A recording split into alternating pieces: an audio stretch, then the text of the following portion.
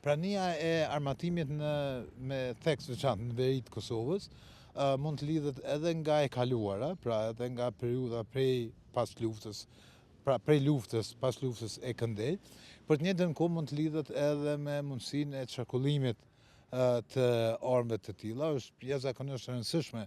që policia e Kosovës dhe institucionet e sigurisë kanë bërë aksione të shumta edhe kanë gjetur një pjesë serioze të armatimit të fshehur atje, por se, sikurse e ka thënë edhe policia e Kosovës,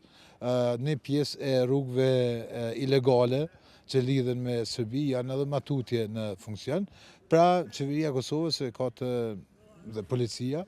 e ka të domosdoshme që një herë e mirë të mbyllë të gjitha rrugët ilegale dhe kjo të mos përsëritet sepse rrezikon edhe stabilitetin në atë pjesë Kosovës, por rrezikon edhe mbi të gjitha policinë e Kosovës. Nuk e di për rrugë, nëse është rrugë e re ose rrugë e vjetër ilegale. Këto janë kompetencat të policisë Kosovës dhe të KFOR-it si prezencë ndërkombëtare ushtarake, për të cilët do të duhet që të jenë edhe më transparent, edhe më të saktë, edhe më rigjid në punën e tyre për të ndalur qofshin rrugët e reja ilegale, qofshin rrugët e vjetra ilegale.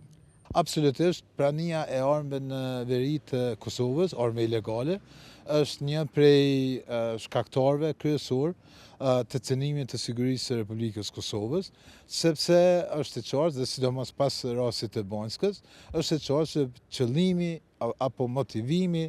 i njerëzve atje për të pasur armë ilegale nuk është për shkak të hobit, por është për shkak të synimeve politike të Serbisë dhe të çështjeve të caktuara të serbëve të Kosovës për të shkaktuar destabilizim të sigurisë Kosovë.